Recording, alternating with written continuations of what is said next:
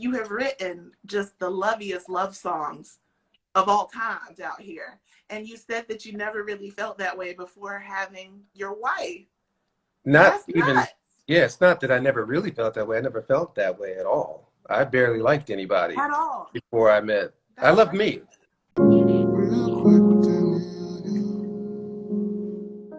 Well, I'm Brian McKnight, singer, songwriter, blah, blah, blah, blah, blah, blah. And the thing about me, I want you to know, the thing I'm most proud of is that I get to be Leilani McKnight's husband. You better just be somebody's man out here. Yes. Yes. Congratulations to you. I saw on another interview that you said, because you have written just the loveliest love songs of all times out here. And you said that you never really felt that way before having your wife. Not That's even, nuts. yeah, it's not that I never really felt that way. I never felt that way at all. I barely liked anybody At all. before I met. That's I love crazy. me. I love me, period. That was it. It's Hey, all about that's what we're supposed me to do.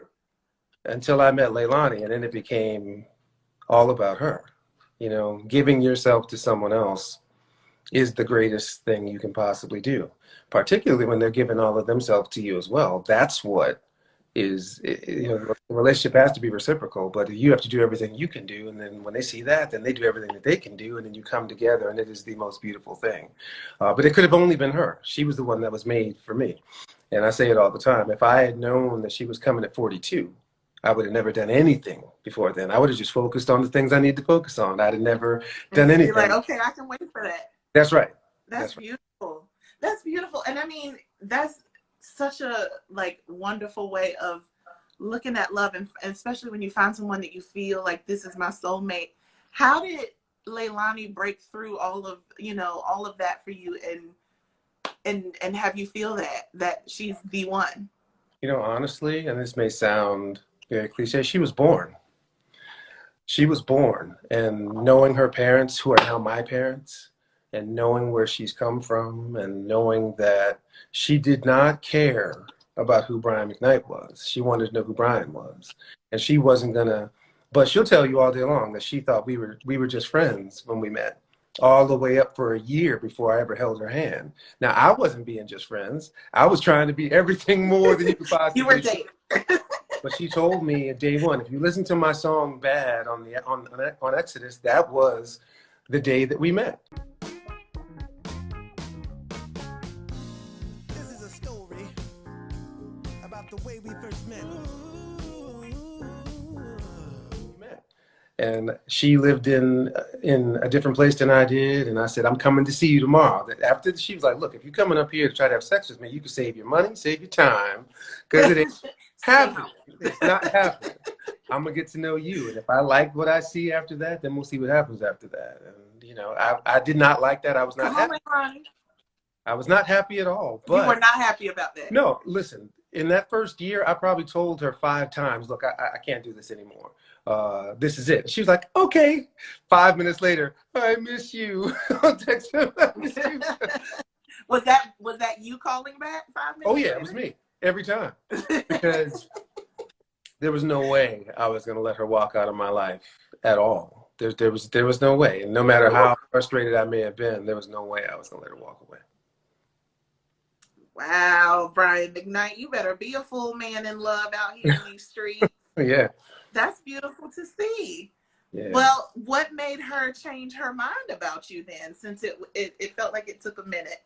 You know what? I don't think I had to change her mind. I mean, we've talked about this a lot. She felt the same way that I felt about her. She just wasn't going to jump into anything before she got to know me. You know, it's just not the kind of person that she is, let alone was, you know.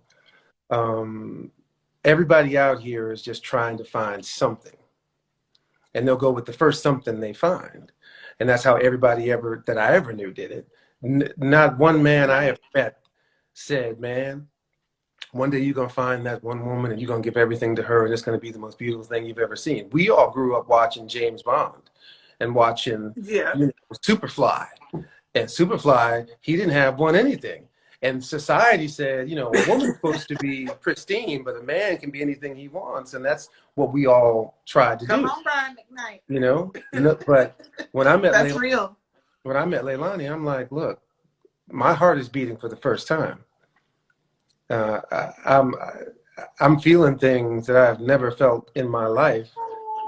Not because I didn't want to feel that way, because nobody ever was worth it to be that way until her. So, you know, I was willing to do whatever it took. I talked to the Lord. I don't talk to the Lord much, but I did that day. I'm like, man, listen, I know I told you. Well, Brian McKnight. I know I told you that, you know, we didn't have much to talk about, but today there may be some things I need to ask you for. Listen, don't you treat my God like Santa Claus now. Yeah, I know. I know. No, I love that, but I'm just over here like, he really wrote, because I never felt this one. Yeah, and you never, that's just, you know what that was? It was mathematical. I have this many notes, and if I put enough syllables with those notes, it'll create a song. That was my songwriting process for most of my career until... Brian McKnight, you had us all in our feelings for so many years, and you were like, well, I am really good at this, but I don't feel this. No, but look, I can watch a movie. I can watch a movie and see how somebody feels based on what I've seen. I can read Shakespeare or Dante and understand that, you know, these feelings exist in somebody, but not me. Yeah. And I can write about that. Right. We all have a general I can write about that all day. Is.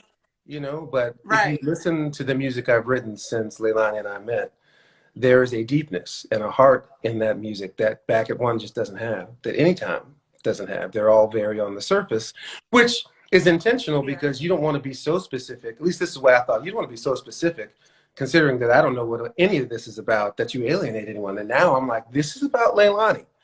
Make no mistake that what I'm writing about is about, you know, the greatest thing that I've ever found in my entire lifetime. She must listen to this and be like, you husband. You know what, that's the thing though. She's right here by my side when I'm writing this music. She's become my proofreader. She's the content. She's everything. So I bounce it off of her. When I have 2 lines, we think about this, baby. Well, I think you could do that a little better. I don't know. I'm not sure if that's how we really. Nah, I'm just kidding. She loves everything I do, but I want to please her with everything I say. I don't want there to be any confusion about what I'm saying ever. That it's all about her. Teach the children, Brian McKnight. Teach the young men. They need to know how to treat us like that with their whole heart. We love to see that for you. I'm happy for you. That is Thank you. A beautiful thing to find that, you know. But now it's so crazy because yes, you have given us Exodus, and this is music and things that you have felt since you have met your beautiful wife. But then you're telling us that this is it. What's going on here? Well, this is it. As far as creating another record of original music, this is it. This is the way I feel. Because now I feel like we deserve those I feel these feelings love stories. Well, you know, you have, you know, Better. My last 3 records have been all about Leilani. Her. About our life, the way we live it. If you go back to those records, from the time that we met, I think I've said it all. And we've been very selective about how much we let folks into our lives. You know, and it's funny if we don't post about us for 2 weeks, you know, there may be a message saying, oh, you know, the haters show up. There's trouble in paradise. Like, no, maybe we're just living our lives. Well, we don't, in the middle of living our lives, we don't take a picture saying, oh, we need to chronicle this. We take our pictures and we live our life, and then maybe somewhere down the line, we'll post something. You know, we really don't want to feel like we're not living, that we're just we're living to post instead of posting to live, or either, you know, how that works, you know. Ooh, child, because somebody in here felt that in their spirit when you said that. This very Insta culture we live in, where I mean, I'm happy to get any little sharing that you have for us, because we love you and we've loved you for your whole time. It's just sad to see that that's just it, but you deserve.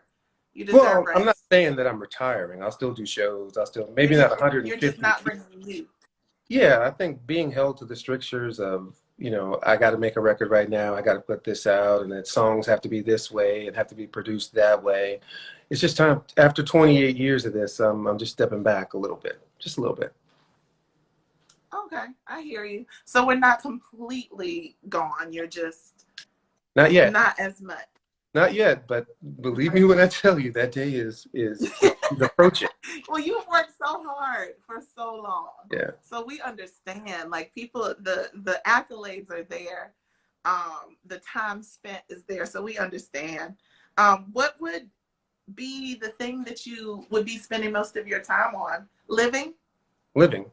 You know, we've talked about, you know, waking up one morning and just going and living in Paris for 3 months, or waking up and go living in Sydney for 3 months. Life. You know, A just life. whatever, where we are no longer going to be defined by what we do. We'll be defined by what makes us happy. And that's all it is. Moving forward, that's it. You got some openings in your church, Brian McKnight? You taking new members? Nah, it's just me and That sounds Leilani, like Jack, Julia, Mom, and Pop. It's the 6 of us, and you know, hopefully, everyone can find that utopia for themselves. We call it Ohana. I know. We call it. We're sharing our aloha with you. My wife is from Maui. She's from Hawaii, and I've learned about Ohana, aloha, and that's how we live. I have it tattooed all over my arm, and it's, you know, we live that. We really do live that every single day. We don't take anything for granted. That's a blessing. Yeah. That's a blessing. Well, I want to know, Mr. Music Man, if you were to create a mixtape that was like letting us get to know you better, and you had to put 5 certain songs on it, what would you put on it? Whoa. Stevie Wonder's Overjoyed. Steely Dan's Babylon Sisters. The Eagles, Hotel California. Kenny Loggins' Heart to Heart, and James Ingram's There's No Easy Way to Break Somebody's Heart. Those are all beautiful songs and very different. Your songwriting is like something that you pride yourself on a lot in this industry, but like, I literally did not know that you played the tuba and the freaking trombone and the trumpet. Well, why don't we talk like in the music that we make, there's not a lot of room for those band instruments, you know. I can play them. I can play them here and I can play them here, but I haven't really played the brass winds much here. But I could, yeah. But the tuba, and other than the trombone, all those instruments are exactly the same. So I don't really look at it as separate instruments. It's, you know, the tuba's played with valves, the trumpet's played with valves. The trombone is 7 positions, so that's a little bit different, but it all starts with your embouchure. You say that like it's so simple, but like I remember in 7th grade trying to play a trumpet because I had joined the band. I could not get the sound to come out of said trumpet. So it's a little different, you know. You really have to get that thing going very early.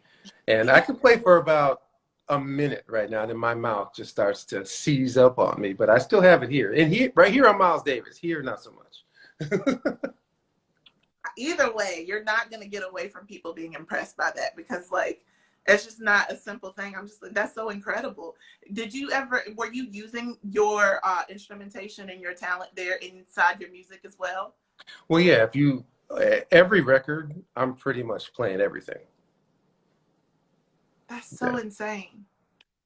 So that's a lot of hours in the studio, because that's you jumping from this to that to that. You know, what's interesting is before I had a record deal, it wasn't because I thought I was so great. I just didn't have money to pay anybody to do it.